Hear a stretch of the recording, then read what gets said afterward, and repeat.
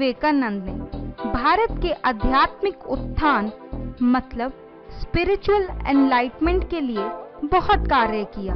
19वीं सदी में भारतीय विद्वान रामकृष्ण परमहंस के शिष्य और भारतीय संस्कृति एवं साहित्य को विदेशों तक फैलाने वाले महापुरुष स्वामी विवेकानंद ने संपूर्ण विश्व में हिंदू धर्म के महत्व को बताया। उन्होंने गरीबों की सेवा के लिए रामकृष्ण मिशन की स्थापना की। उन्होंने देश के युवाओं में प्रगति करने के लिए नया जोश और उत्साह भर दिया। इसलिए उनके जन्म दिवस को राष्ट्रीय युवा दिवस यानी कि नेशनल यूथ डे के रूप में मनाया जाता है। आइए अब हम आपको उनके जीवन का संक्षिप्त परिचय देते हैं। नरेंद्र का जीवन ब्रिटिश राज में कलकत्ता शहर में 12 जनवरी 1863 को मकर संक्रांति के दिन हुआ था। जन्म के समय इनका नाम नरेंद्र नाथ दत्त था। प्यार से लोग इन्हें नरेन बुलाया करते थे। वे एक पारंपरिक बंगाली परिवार से थे और कुल 9 भाई बहन थे। उनके पिता विश्वनाथ दत्त कलकत्ता उच्च न्यायालय यानी कि हाई कोर्ट में अभिवक्ता यानी अटॉर्नी थे और माता भुवनेश्वरी देवी एक धार्मिक घरेलू महिला थी। उनके दादाजी संस्कृत और फारसी के विद्वान थे। घर में ही इस प्रकार के धार्मिक और शिक्षित माहौल ने नरेंद्र का इतना उच्च व्यक्तित्व बनाया। चलिए दोस्तों, अब स्वामी जी का बचपन और उससे जुड़े कुछ किस्सों को जानें। जब नरेंद्र छोटे थे तब वे बहुत शरारती हुआ करते थे। वे पढ़ाई के साथ खेल कूद में भी उज्जवल थे।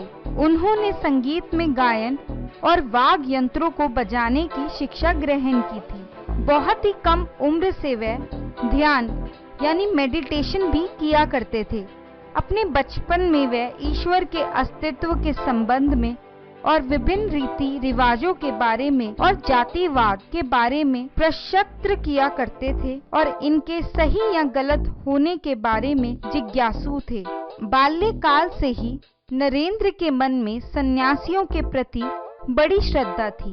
अगर उनसे कोई सन्यासी या कोई फकीर कुछ मांगता या किसी व्यक्ति को किसी वस्तु की आवश्यकता होती थी और अगर वो नरेंद्र के पास होती थी तो वह तुरंत ही उसे दे देते थे। सन 1871 में जब नरेंद्र 8 वर्ष के थे, उनका प्रवेश ईश्वर चंद्र विद्यासागर के मेट्रोपॉलिटन इंस्टीट्यूशन में करा दिया गया और सन 1877 तक उन्होंने यही शिक्षा प्राप्त की। सन 1877 से 1879 तक वे सह परिवार रायपुर में रहे और सन 1879 में वे पुनः कलकत्ता लौट आए। सन 1879 में नरेंद्र ने अपनी मैट्रिक की परीक्षा उत्तीर्ण की और कलकत्ता के प्रेसिडेंसी कॉलेज में प्रवेश लिया।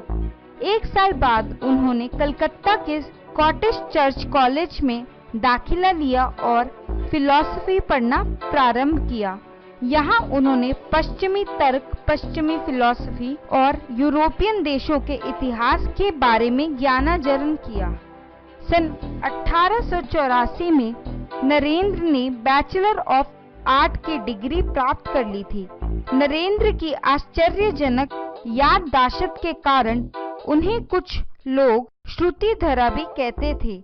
नरेंद्र की बढ़ती उम्र के साथ उनका ज्ञान तो बढ़ ही रहा था, परंतु उनके तर्क भी प्रभावी होते जा रहे थे।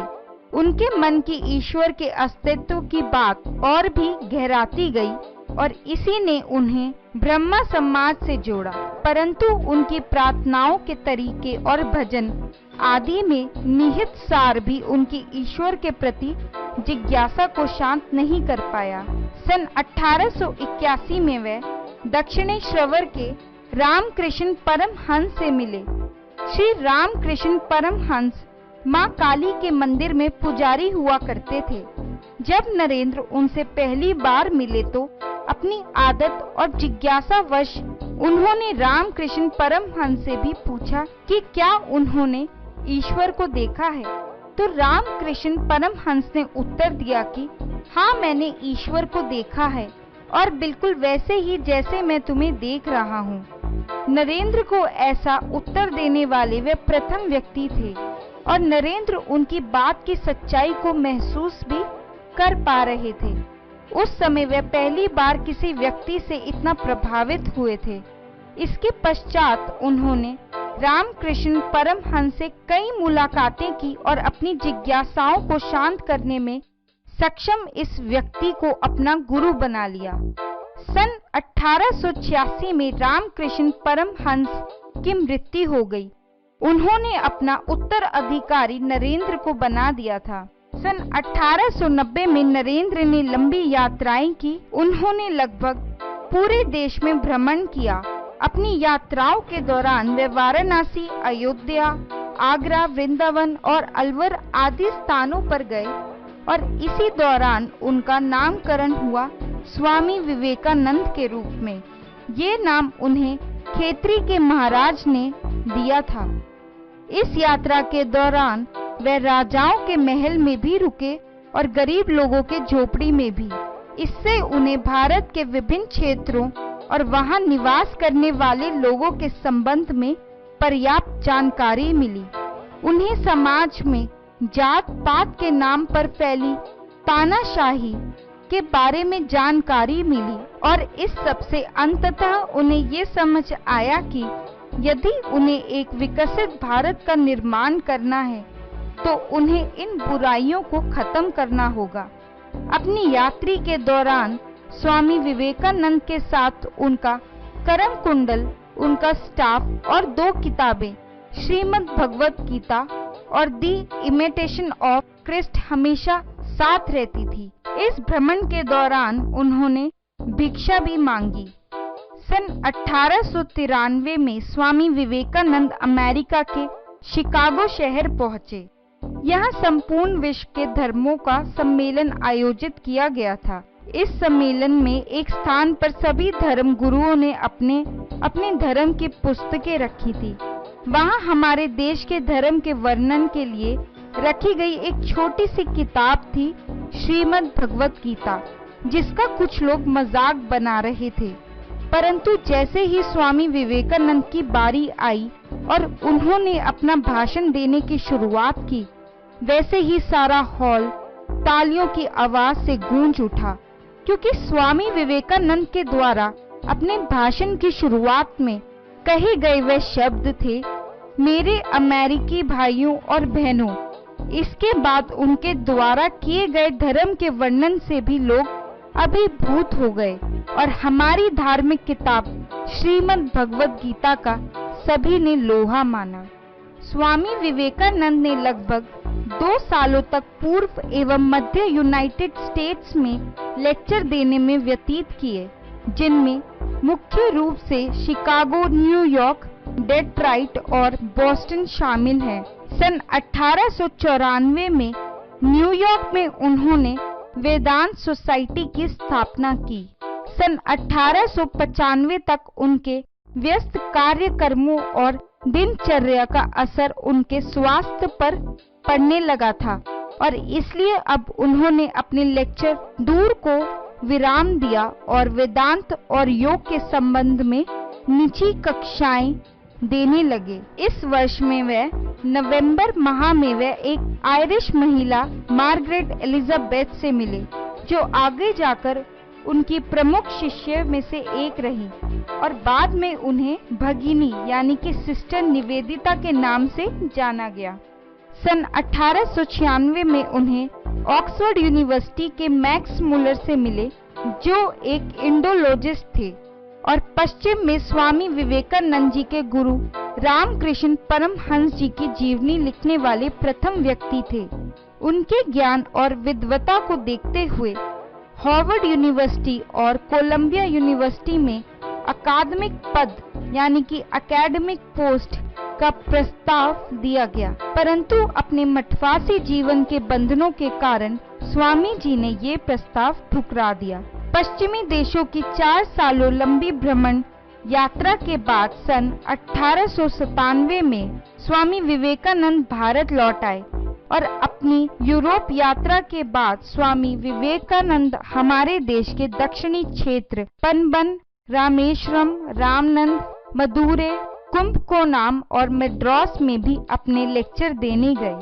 वह अपने लेक्चर में हमेशा निम्न श्रेणी के लोगों के उत्थान की बात करते थे।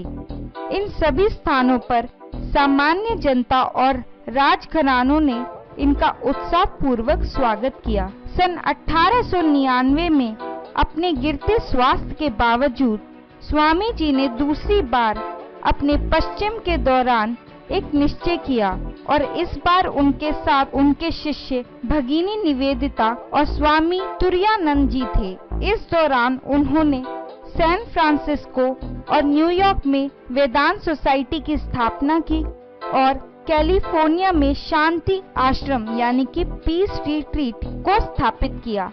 सन 1900 में वे धर्म सभा हेतु पेरिस चले गए। यहाँ उनके लेक्चर लिंगम की पूजा और श्रीमद् भगवत की सत्यता पर आधारित था।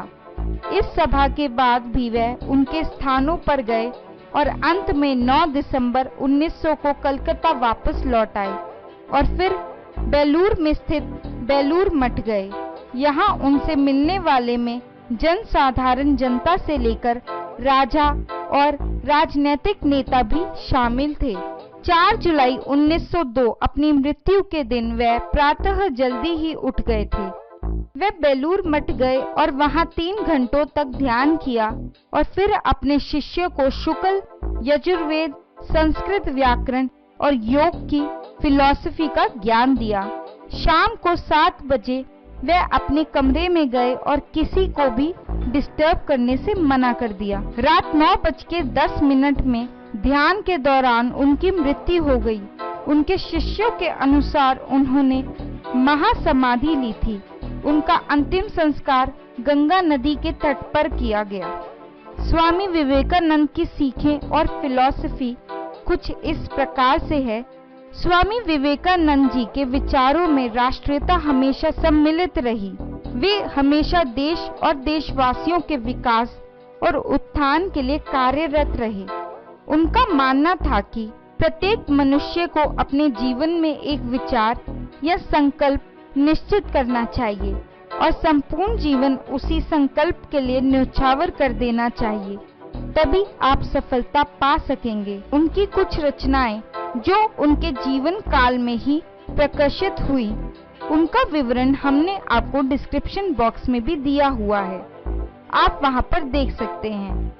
स्वामी विवेकानंद की मृत्यु के बाद प्रकाशित रचनाएं का भी विवरण हमने आपको डिस्क्रिप्शन बॉक्स में दिया है, आप वहां पर भी देख सकते हैं। स्वामी विवेकानंद का योगदान कुछ इस प्रकार से है। अपने जीवन काल में स्वामी जी ने जो भी कार्य किए और इसके द्वारा जो योगदान दिया, उसके क्षेत्र को हम निम्न 3 भागों में बांट सकते हैं। वैश्विक संस्कृति के प्रति योगदान यानी contribution to world culture, Bharat के प्रति योगदान मतलब कंट्रीब्यूशन टू इंडिया, हिंदुत्व के प्रति योगदान यानी कंट्रीब्यूशन टू हिंदुइज्म। इन क्षेत्रों में किए गए योगदान को वैश्विक संस्कृति के प्रति योगदान। स्वामी विवेकानंद ने धर्म के प्रति नई और विस्तृत समझ विकसित की। उन्होंने सीख और आचरण के नए सिद्धांत स्थापित किए। उन्होंने सभी लोगों के मन में प्रत्येक इंसान के प्रति नया और विस्तृत नजरिया रखने की प्रेरणा दी। उन्होंने पूर्व और पश्चिम के देशों के बीच जुड़ाव का कार्य किया। भारत के प्रति योगदान, उन्होंने भारत के साहित्य को अपनी रचनाओं द्वारा समृद्ध बनाया। उनके प्रयासों से संस्कृत जुड़ाव उत्पन्न हुआ। उन्होंने हमारी पहचान, धार्मिक रचनाओं का सही अर्थ समझाया, भारतीय संस्कृति का महत्व समझाया और पश्चिमी सभ्यता के दुष्प्रभावों को भी वर्णित किया। देश में जातिवाद को खत्म करने के लिए उन्होंने निचली जातियों के कार्य का महत्व समझाया और उन्हें समाज की मुख्य धारा से जोड़ा। हिंदुत्व के प्रति योगदान, संपूर्ण विश्व के सामने हिंदुत्व की महानता और इसके सिद्धांत प्रतिपादित करके इसकी वैश्विक स्तर पर पहचान बनाई। हिंदुओं की विभिन्न जातियों के बीच होने वाले भेदभाव और मनमुटाव को कम करने से उल्लेखनीय प्रयास किया और इसमें बहुत कुछ सफल भी रहे। क्रिश्चियन मिशनरी द्वारा हिंदुत्व के संबंध में फैलाई जा रही गलत धारणाओं को समाप्त किया और इसका सही अर्थ समझाया। प्राचीन धार्मिक परंपराओं और नवीन सोच का उचित सामान्य स्थापित किया। हिंदू फिलॉसफी और हिंदू धार्मिक सिद्धांतों को एक नवीन और स्पष्ट रूप दिया। दोस्तों, ये थी स्वामी विवेकानंद से जुड़ी हुई कुछ बातें।